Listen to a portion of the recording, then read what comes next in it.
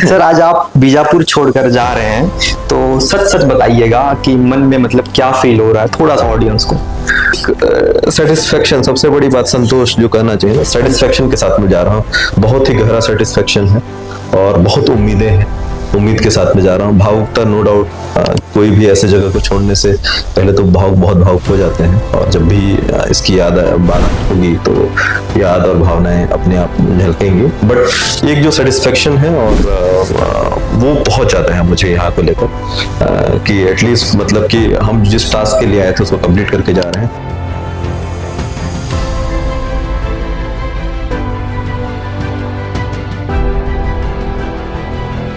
जब आपको पता चला कि आपका तबादला कबीरधाम हो गया है, तो सबसे पहले आपके मन में बीजापुर को लेकर क्या ख्याल आया? देखिए, बीजापुर हमेशा से दिल में ही रहेगा। और जैसे क्या बीजापुर आपके लिए सिर्फ एक पोस्टिंग था या आपकी जिंदगी का एक हिस्सा बन चुका है जिसे आप कभी भुलाए ना? देखिए, कुछ ही पोस्टिंग्स होती हैं जीवन में जिसमें जो कि बहुत ही अविस्मरणीय होती हैं, और बीजापुर उसमें से एक पोस्टिंग है। आई थिंक इसको तो कभी मैं भूल नहीं पाऊंगा। इस तरह की अपॉर्चुनिटी और इस तरह का काम करने का मौका मुझे जीवन में कभी नहीं मिलेगा। और जो लेवल ऑफ सेटिस्फेक्शन है ये इसको खत्म करने का, वो मुझे लगता है कभी मुझे अचीव नहीं हो पाएगा। काम करते वक्त ऐसा कोई बटालियन, कोई जवान या पुलिसकर्मी जिसे छोड़कर जाना आपके लिए एक व्यक्तिगत रूप से बहुत मुश्किल, टफ लग रहा है? हालांकि सतत प्रक्रिया है, जाना तो तय है, ट्रांसफर हुआ है, तबादला हुआ है, लेकिन ऐसे समय में जैसे डीआरजी की भूमिका देखी जाती है, बहुत से बटालियन के साथ आपने कॉम्बिनेशन करके काम किया, तब जाके नक्सल मुक्त हुई है, तो आज भी मन में? देखिए, ये तो बड़ा मुश्किल क्षण होता है। यहाँ से जाना तो थोड़ा मुश्किल लग रहा है मुझे। मैंने बीजापुर को अपना मतलब कि ऐसे ओन कर लिया, ऐसा सोचा था कि हम कई बार प्रशासन के कामों में भी हम ध्यान देते थे। मतलब ऐसा लगता था कि हम बीजापुर को हम संवारना चाहते हैं, अपने दिल से संवारना चाहते थे, उसको काम करना चाहते थे। और तो छोड़ना बड़ा मुश्किल लग रहा है, बट ये सतत प्रक्रिया है, जाना है, दूसरी जगह भी जाना है। आपके लिए बीजापुर के जवान सिर्फ आपके अधीन काम करने वाले पुलिसकर्मी थे या उनसे आपका एक पारिवारिक रिश्ता भी बन गया था काम करते करते? देखिए, जब आप ऐसे क्षेत्र में काम करते हैं जहां खतरा बहुत ज्यादा है, जहां सिक्योरिटी को लेकर बहुत इशू है, जहां जीने मरने की डिसीजंस होते हैं, जब अगर कोई ऑप्स में जा रहा है, कदम पे आईडीज लगी, तो उसमें जो कॉमरेडरी रहती है या फिर आपकी जो दोस्ती रहती है बहुत ज्यादा बढ़ जाती है। वहां मुझे लगता है कि हमारे यहाँ जो कॉमरेडरी है ज्यादा है और हम सभी को एक परिवार का हिस्सा मानते हैं। बीजापुर एसपी डॉक्टर जितेंद्र यादव को बीजापुर में ऐसी कौन सी जगह है जहां पे आप अक्सर उसको देख के आपको अच्छा लगता हो, या फिर आप विजिट करते हो, या फिर आप वहां जाकर टाइम स्पेंड करते हो, या फिर ऐसी कोई चीज, रेस्टोरेंट हो सकता है, या फिर हॉल हो सकती है, या फिर व्यू पॉइंट हो सकते हैं? जैसे महादेव घाट है, एक बहुत अच्छा जगह है जहाँ आप जाके थोड़ा सा रिलैक्स होते हैं, आप देखते हैं आपको फिर मतलब कि बीजापुर की खूबसूरती एक मतलब कि अगर नजर में आपको कैद करना है तो महादेव घाट में आप उसको कैद कर सकते हैं।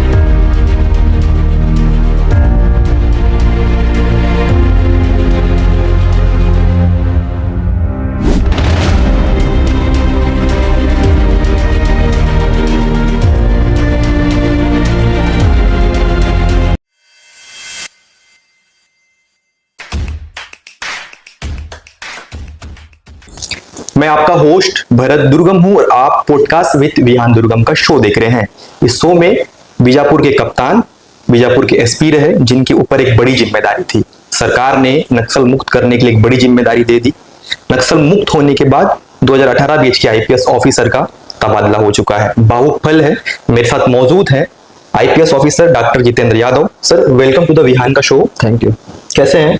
एकदम बढ़िया। सर, 2.5 साल के बाद अब आपका तबादला हो चुका है, आप आज बीजापुर छोड़ रहे हैं, सबसे पहले मन में क्या भाव उत्पन्न हो रहा है? देखिए, बीजापुर छोड़ने का तो बड़ा दुख है। ये मेरे लिए बहुत ही सुनहरा और सुखद कार्यकाल रहा है, सेटिस्फाइंग टेन्योर रहा है। जब मैं ज्वाइन किया था तो मुझे लग नहीं रहा था कि हम इतना बड़ा जो टारगेट है उसको अचीव कर पाएंगे, बट इतनी अच्छी टीम थी हमारे यहाँ बीजापुर में और सभी का अच्छा सहयोग रहा। पूरा बीजापुर जिले में जितने भी लोग हैं, प्रशासन हो चाहे पुलिस के जितने जवान हैं या फिर पूरा अमला है, साथ में जो मीडिया है, यहाँ के लोग हैं, समाज सेवी संस्थाएं हैं, राजनीतिक ग्रुप है, सभी ने मिलकर इतने बड़े टास्क को अचीव किया और आज हम शांति और सुरक्षा के साथ में हम बीजापुर में सांस ले सकते हैं। देश के गृह मंत्री अमित शाह ने तो डेडलाइन तय कर दिया, 31 मार्च 2026 तक नक्सलवाद खत्म करना है। डेडलाइन तो ऊपर वालों ने तय कर दिया। उस वक्त आपके मन में कितने सारे प्रश्न जो वो जन्म हो गए थे? देखिए, डेडलाइन तो तय किया गया था, बट बीजापुर उस टाइम में सबसे ज्यादा प्रभावित जिला था पूरे देश का, और डिफिकल्टीज थी, बहुत सारी चुनौतियां थी जिसे हम लोग को धरातल पे हम लोग को उसको इम्प्लीमेंट करना था। टास्क बहुत बड़ा था, बट टीम ने टास्क को एज ए चैलेंज लिया और टीम ने उस टास्क को करके दिखाया। जब आपको पता चला कि आपका तबादला कबीरधाम हो गया है, तो सबसे पहले आपके मन में बीजापुर को लेकर क्या ख्याल आया? देखिए, बीजापुर हमेशा से दिल में ही रहेगा, और जैसे कबीरधाम का ट्रांसफर हुआ है, क्योंकि ये प्रक्रिया है जिसमें हम एक जिले से दूसरे जिले जाते हैं, और ये एक्सपेक्टेड भी रहता है कि जब आप कुछ समय काम कर लेते हैं, 2 साल 2.5 साल, उसके बाद में आपका तबादला होता है। बट जब कबीरधाम तबादला हुआ तो बीजापुर के लिए, क्योंकि कोई जो नए ऑफिसर भी आ रहे हैं, वो अब नए सिरे से स्टार्ट करेंगे काम, और जो हम जहाँ तक छोड़ के गए हैं उससे आगे और बेहतरीन काम करेंगे। क्योंकि अब बीजापुर जैसे कि अभी नक्सल मुक्त हुआ है, तो एक आज़ादी मिली है जैसे बीजापुर के लिए है, तो यहाँ जो पुलिसिंग है या फिर प्रशासन के काम है, जिनको एक नए सिरे से हम लोग को स्टार्ट करना पड़ेगा, जिससे यहाँ की जनता को लाभ मिले, और बीजापुर को एक विकास के ऊंचे पायदान पे पहुंचाने के लिए बाकी लोग भी इस तरह काम करेंगे। तो यही सोच लेकर मैं कवर्धा के लिए जब ट्रांसफर हुआ, तो यही सोच थी मेरी कि अब अच्छा होगा आगे। आपने एक इंटरव्यू में कहा था कि बीजापुर ने आपको बहुत कुछ सिखाया। आज जब आप यहाँ से जा रहे हैं, तो बीजापुर से आप क्या लेकर जा रहे हैं? देखिए, बीजापुर से बहुत मेमोरीज हैं, बहुत अप्स एंड डाउन्स हुए थे, और बहुत बड़ी जिम्मेदारी थी। जैसा कि आप जानते हैं कि यहाँ एक नक्सलवाद, जो इंटरनल सिक्योरिटी का सबसे बड़ा चैलेंज था, उसमें आर पार की लड़ाई चल रही थी। इस दौरान बहुत संवेदनशील तरीके से यहाँ काम करना पड़ा, और बहुत अप्स एंड डाउन्स हुए। कई जवान हमारे शहीद हुए, घायल हुए कई सारे जवान, और जिनका बोझ मेरे कंधों पर था। अगर मेरी एक डिसीजंस किसी जवान को या फिर किसी एक सिविलियन की भी जीवन को प्रभावित करती है, तो काफी जिम्मेदारी आपके ऊपर रहती है। बहुत टफ डिसीजंस भी लेने पड़े जीवन में, और ये सब जो है चीजें हैं। कई बार ऐसी घटनाएं हुई, उसके तुरंत बाद हमें दोबारा ऑपरेशन लॉन्च करना पड़ा, क्योंकि हमें कहीं सूचना मिलती थी कि नक्सल इस क्षेत्र में है, यहाँ घूम रहे, गांव वालों को परेशान कर रहे। तो इस तरह के कई बार ऐसे भी सिचुएशंस आए जब बाकी सबको भुलाकर भी आगे बढ़ना पड़ता था। तो बहुत ही कुछ सीखा है मैंने यहाँ, और अल्टीमेटली मुझे इस बात की खुशी है कि हम जितना जल्दी से जल्दी हो सके इस नक्सलवाद के दंश को यहाँ से खत्म कर पाए, जिसकी वजह से कई लाख लोग जो बीजापुर से के हैं, वो वापसी से अपनी शांति और के राह पर आगे बढ़ पा रहे हैं। 2.5 साल में ऐसा कौन सा पल रहा जिसे आप जिंदगी भर नहीं भूल पाएंगे? देखिए, कई सारे ऐसे पल आए, जैसे कोई बात? बहुत सारे ऐसे पल आए जिसमें हम ऐसे संवेदनशील पल थे, जिसमें अगर हम करेगोटल ऑपरेशंस की बात करें तो हमारे लगभग 18 जवान उसमें घायल हुए थे आईडी ब्लास्ट से, या फिर अमेली ब्लास्ट की बात करें जिसमें जवान शहीद हुए। तो वो पल ऐसे पल होते हैं जब आप उस घटना स्थल पर जाते हैं और आप एकदम से स्तब्ध रह जाते हैं कि आप कुछ कर नहीं सकते, कहीं आपकी गलती तो नहीं थी, आपने अगर कुछ दूसरा डिसीजन लिया होता तो हो सकता था वो घटना नहीं होती। तो इस प्रकार के सोच मन में हमेशा आता है। तो ऐसे कई पल आए बीजापुर में। एक इसी में ही एक जो याद जो मुझे आता है बासागुड़ा का है, जिसमें मैं पहले भी बता चुका हूँ। एक महिला थी जो कि शिविर में रहती थी, नक्सलियों के दबाव से उनको शिविर में रहना पड़ा बासागुड़ा में, और लगभग 2005 से वो रहती थी। तो मैंने पूछा था कि जो एजेड थी, तो आपकी एक ख्वाहिश क्या है, आपकी ख्वाहिश क्या, आप क्या चाहती है जीवन में? तो उनकी एक ही ख्वाहिश थी कि वो वापस गांव जाके अपना खेती करना चाहते थे। उनके पास 15-20 एकड़ की जमीन थी, बट वो वहां आके कुली का काम करती थी। वो लगभग 55-60 साल की बुजुर्ग महिला होंगी। और ये उसके बाद की घटना है जब बासागुड़ा में एक होली के दिन में ही 3 सिविलियंस की किलिंग कर दी गई थी नक्सलियों के द्वारा, वो भी इस संदेह पे कि फोर्स के लोग हैं। तो उस स्थिति से जब मैंने देखा तो मुझे लगता था कि हम जितना जल्दी से जल्दी इस दंश से अगर बाहर निकल पाए लोगों को, तो एक एक दिन भी उनके लिए मतलब कि महत्वपूर्ण है। एक ही दिन सबके लिए महत्वपूर्ण है।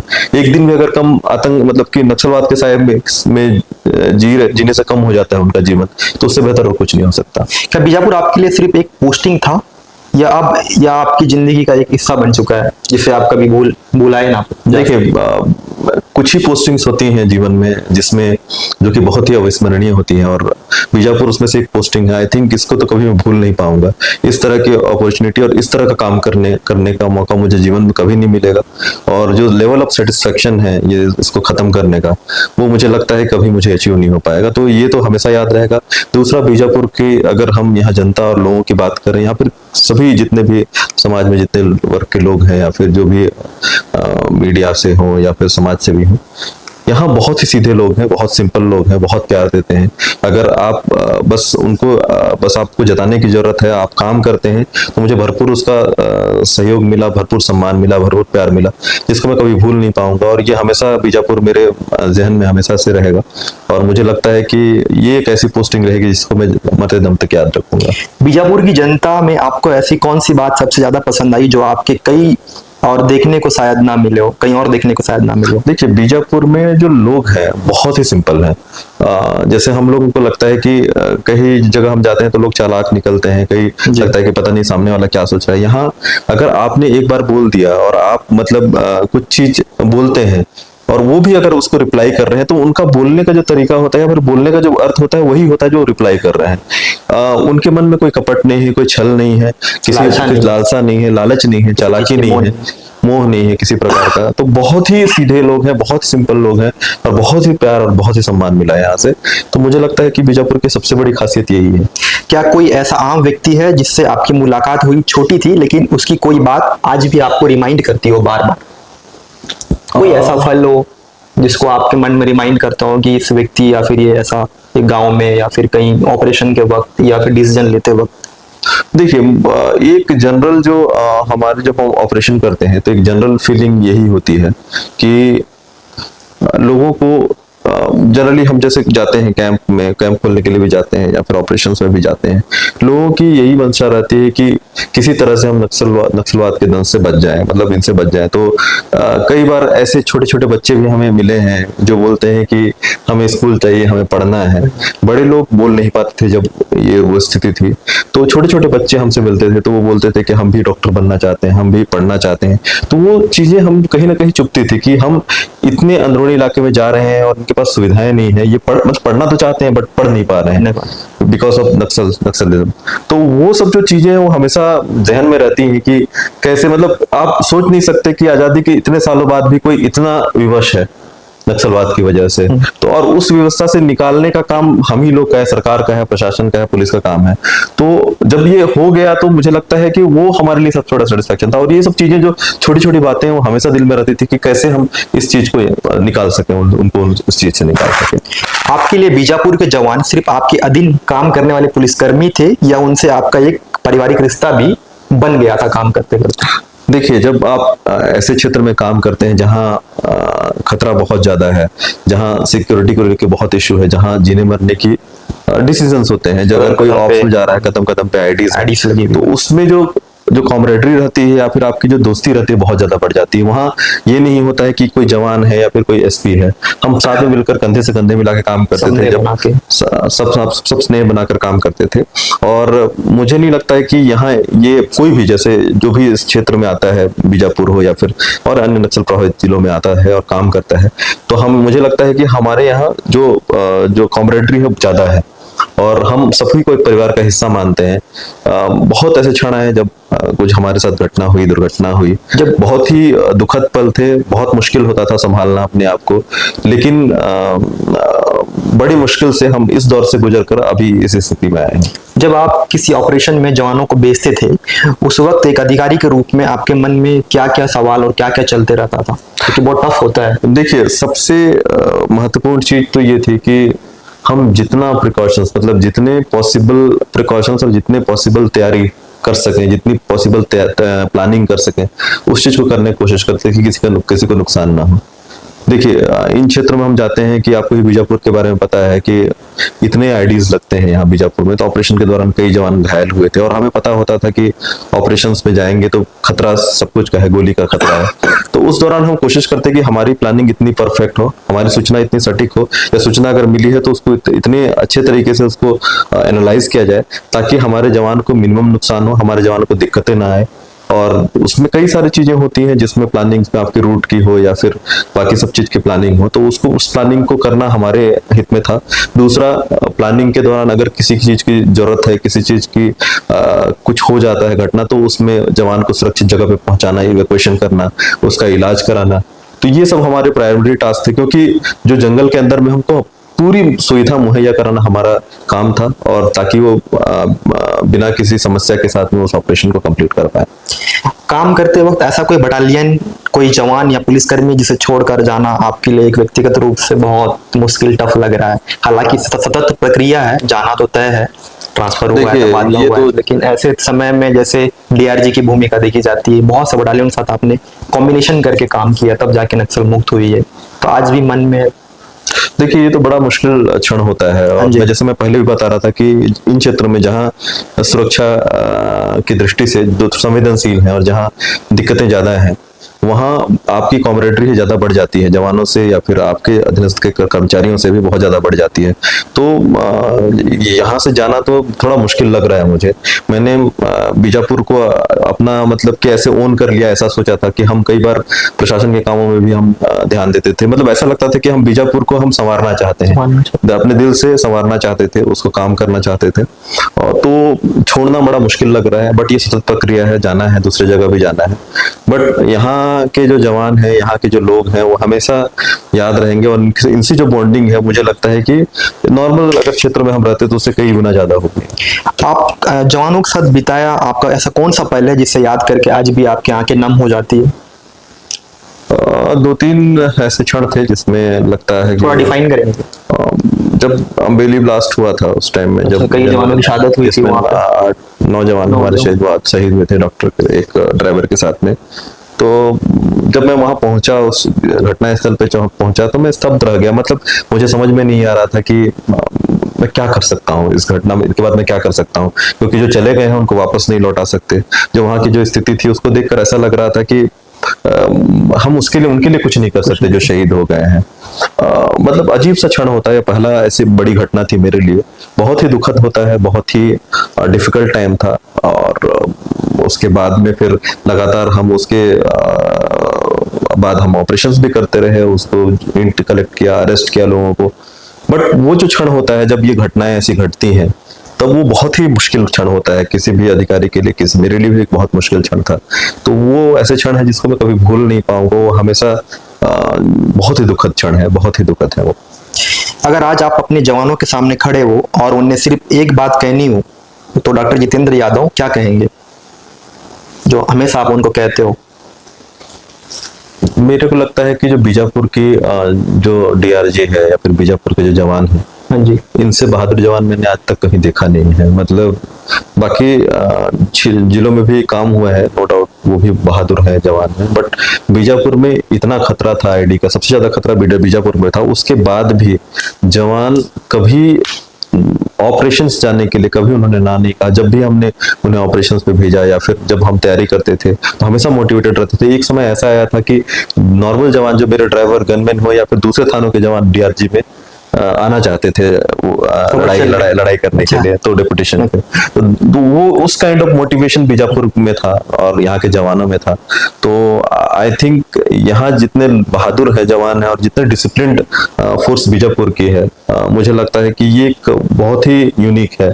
और मुझे लगता है कि इनसे बहादुर व्यक्ति मैंने, इससे बहादुर जवान मैंने आज तक जीवन में नहीं देखा है। सर, बीजापुर जैसे जिले में एसपी के रूप में काम करते हुए आपकी निजी जिंदगी पर कैसे संतुलन और कितना असर आपको पड़ता था?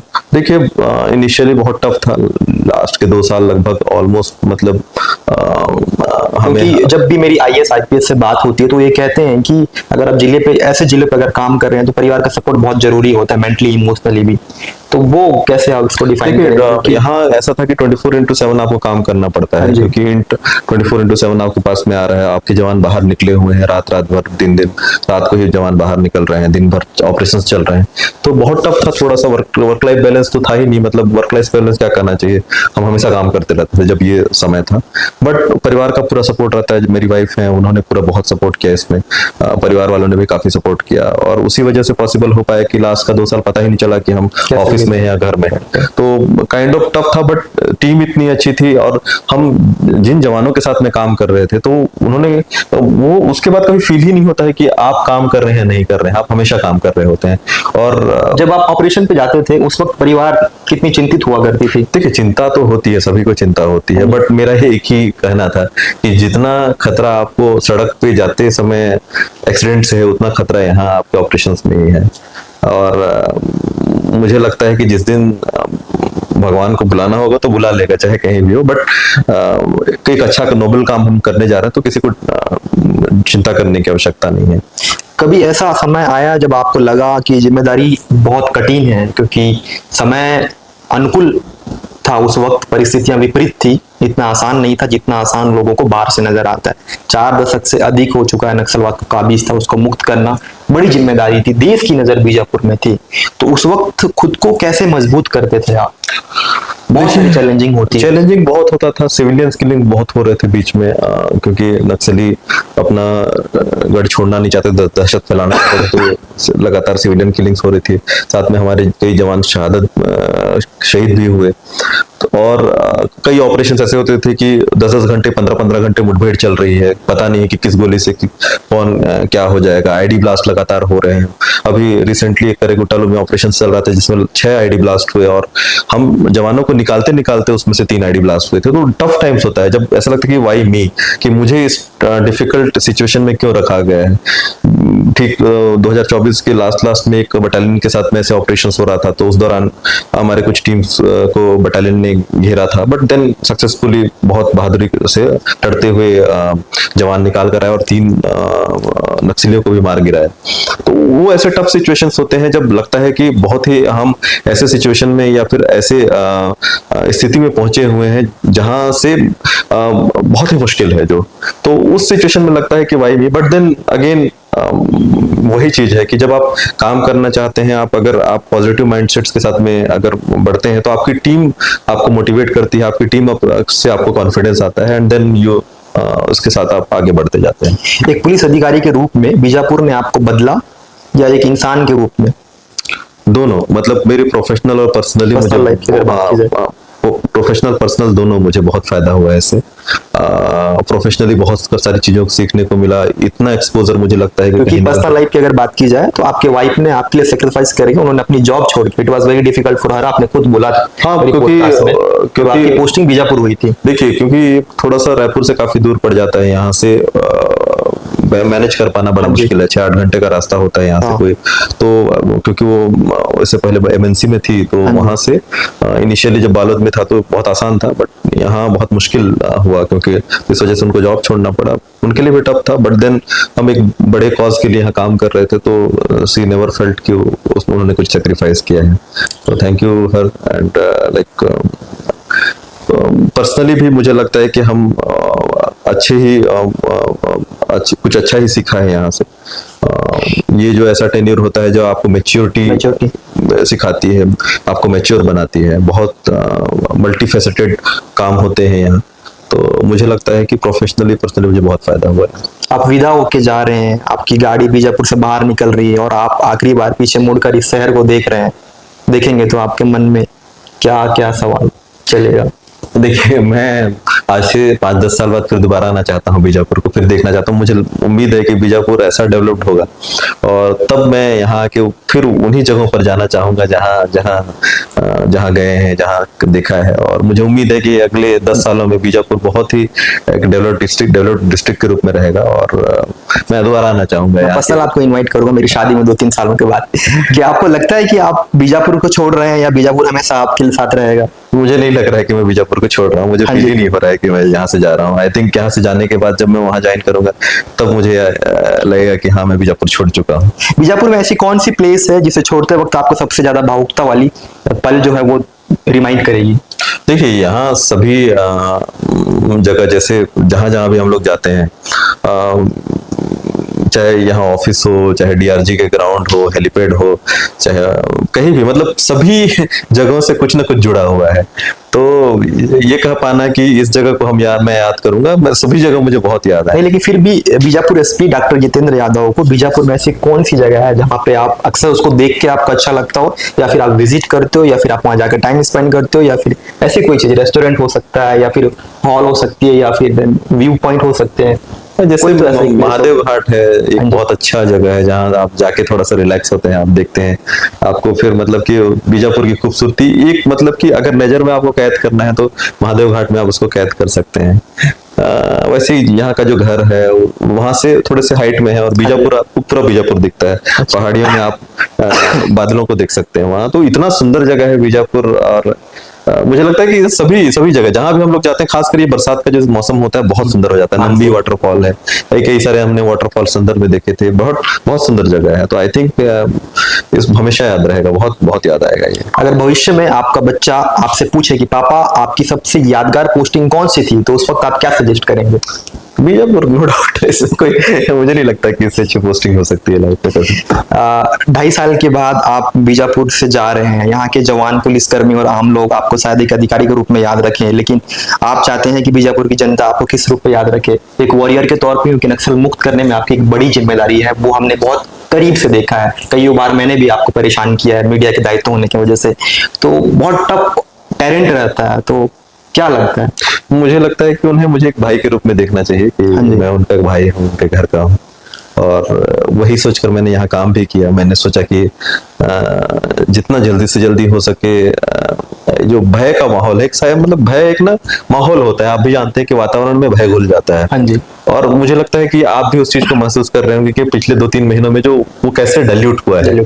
तो मैं चाहता था कि वो डाइल्यूशन हो जाए और जीरो तक आ जाए, और जीरो तक आ चुका है। तो मैं सोचता हूँ कि वो मुझे भाई के रूप में देखें कि कोई आया था और जिसने मैं तो एक माध्यम मात्र हूँ, और मैं भी माध्यम का भी कहना चाहिए एक छोटा सा हिस्सा हूँ। सभी ने मिलकर काम किया, जिस वजह से आज हम इस स्थिति में पहुंचे हैं। तो आई थिंक मैं उनके लिए भाई की तरह ही आया था, और फिर अब मैं जा रहा हूँ, दोबारा वापस कभी आऊंगा। सर, आज आप बीजापुर छोड़कर जा रहे हैं, तो सच सच बताइएगा कि मन में मतलब क्या फील हो रहा है, थोड़ा सा ऑडियंस को क्यों फील हो रहा है? भावुक तो आप नजर आ रहे हैं कि देखिए, एक सेटिस्फेक्शन, सबसे बड़ी बात संतोष जो कहना चाहिए ना, सेटिस्फेक्शन के साथ में जा रहा हूँ। बहुत ही गहरा सेटिस्फेक्शन है और बहुत उम्मीदें हैं, उम्मीद के साथ में जा रहा हूँ। भावुकता नो डाउट, कोई भी ऐसे जगह को छोड़ने से पहले तो बहुत भावुक हो जाते हैं, और जब भी इसकी बात होगी तो याद और भावनाएं अपने आप झलकेंगी। बट एक जो सेटिस्फेक्शन है, और वो बहुत ज्यादा है मुझे यहाँ को लेकर, कि एटलीस्ट मतलब कि हम जिस टास्क के लिए आए थे उसको कंप्लीट करके जा रहे हैं। दूसरा, उम्मीदें बहुत ज्यादा है, क्योंकि बहुत कुछ करने को है अभी बीजापुर में। लाइक एक नया सवेरा हुआ है बीजापुर के लिए। तो और मुझे लगता है कि ये बहुत ही अच्छी चीज है। इसी आशा और इसी उम्मीद के साथ मैं यहाँ से जा रहा हूँ। लगभग 2.5 साल के कार्यकाल में किसी से आपकी ट्यूनिंग खास तौर पे बहुत मजबूती से बढ़ी हो, ऐसा कोई पल रहा जिससे बहुत ज्यादा लगाव आपका रहा हो? विभागीय अगर बात की जाए, या फिर ट्राइबल क्षेत्र की अगर बात की जाए, या ऑपरेशन के वक्त, या जवानों के, मतलब कोई ऐसा पल बताना? देखिए, वो हमेशा रहता है कि आप जैसे इतना लंबे समय से काम करते हैं ना, आप क्लोजली काम करते हैं, तो लोगों से आपकी जो दोस्ती कहनी चाहिए, जो एक काइंड ऑफ टर्म है, वो बहुत अच्छी हो जाती है। मुझे मतलब लगता है कि किसी भी वर्ग या किसी भी जो सामाजिक हो, राजनीतिक हो, या फिर जो अपने जवान भी हो, या फिर अलग डिपार्टमेंट्स के जो लोग हों, किसी से भी हमेशा मेरा बहुत ही अच्छा संबंध रहा है, और मुझे बहुत सपोर्ट मिला है। मुझे अभी जाते जाते भी जब हम मुलाकात करते हैं तो ऐसा नहीं लग रहा है कि मैं यहाँ से जा रहा हूँ, और बहुत ही अच्छा नाता रहा है, गहरा नाता रहा है सभी से। और ये सब इन्हीं क्षेत्रों में मिल पाता है, जो ये आत्मीयता इन्हीं क्षेत्रों में मिल पाता है जहाँ कठिनाई हो। और मुझे लगता है कि इसी वजह से सभी से बहुत अच्छी आत्मीयता रही मेरी। आप इस पॉडकास्ट के जरिए आपके साथ जो बीजापुर की जनता है, वो जो सुन रही है, जो आपके कार्यकाल में आपका साथ दिया, जिन जवानों ने कंधे से कंधे मिलाकर आपके साथ काम किया, जिनके वजह से नक्सल मुक्त हुआ, उन परिवारों ने आपको अपना माना, उन सभी के लिए जाते जाते आपका आखिरी संदेश क्या है इस पॉडकास्ट में, पॉडकास्ट विद विहान दुर्गम के शो में? मैं पूरे बीजापुर की जनता को, सभी जितने भी सामाजिक लोग हैं, सामाजिक संस्था, राजनीतिक लोग हैं, या फिर जितने भी जो लोग हैं, जवान हैं, अलग अलग डिपार्टमेंट्स के लोग हैं, उनको सभी को मैं बहुत बहुत धन्यवाद देना चाहता हूं, क्योंकि बहुत ही सपोर्ट, बहुत ही प्यार मिला, और बहुत ज्यादा सहयोग रहा, जिसकी वजह से हम आज इस मुकाम पर पहुंच पाए। जो 2.5 साल का जो सफर था काफी कठिन था, बहुत सारी चुनौतियां थी, लेकिन सबके सहयोग से और सबके आत्मबल से ये बहुत ही आसानी से ये हम इस जो हमारा टारगेट था उसको अचीव कर पाए, जिस वजह से आज बीजापुर में हम शांति की हवा में हम लोग सांस ले पा रहे हैं। तो पुनः सभी को बहुत बहुत आभार, धन्यवाद। ये थे मेरे साथ 2018 बैच के IPS officer doctor Jitendra Yadav, जिनसे मैंने पॉडकास्ट में बातचीत करने की कोशिश की। इनके कार्यकाल पर भी हमने बातचीत किया, बीजापुर को लेके तमाम वो सवाल जो आपके जहन में उत्पन्न होती है उस पर भी मैंने बारीकी से बात करते हुए विस्तार से आपको बताया। अगर आपको मेरी पॉडकास्ट पसंद आती है तो आप पॉडकास्ट विद विहान दुर्गम के शो को लाइक कर सकते हैं, शेयर कर सकते हैं, और साथ में अपना कमेंट में ओपिनियन जरूर दीजिए। Thank you.